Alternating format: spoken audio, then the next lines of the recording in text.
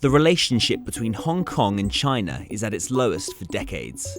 It goes back hundreds of years, but these are the 6 moments you need to understand to really get why it's become such an important issue. 1842. This is when Britain took control of part of Hong Kong after the First Opium War. Fast forward 5 decades and China gave them the rest of it, but only for 99 years. 1997. This is when that lease ran out. By that time, China had been a communist state for nearly 50 years, and Hong Kong remained democratic under UK rule.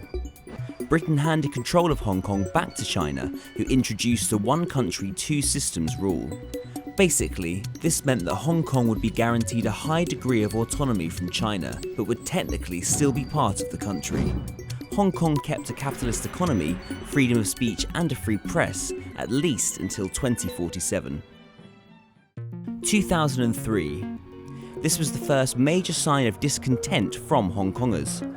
Pro-China politicians tried to introduce a bill that banned criticising China. It triggered huge protests, with 500,000 people taking to the streets. The bill was withdrawn, a big win for anti-China protesters. 2014. The umbrella movement went on for months in Hong Kong.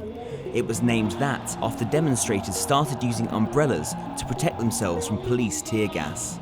Protesters thought China's proposed changes to Hong Kong's electoral system were too restrictive. Thousands protested, and the controversial reforms were shelved as a result. 2019. 5 years later, the biggest demonstrations yet took place. This time they were triggered by a bill that would make it easier to send people to mainland China to face trial. But the movement became much bigger and gave people an opportunity to resist the growing influence of China in Hong Kong. 2047. For many, 2047 is the most important date. This is the year that China is supposed to get full control of Hong Kong, ending the one country, two systems rule. Chinese leader Xi Jinping recently changed the law, meaning he could be president for life. How he deals with Hong Kong is going to be a key part of his presidency. He is stuck between not looking too heavy-handed to the West and not looking too weak at home.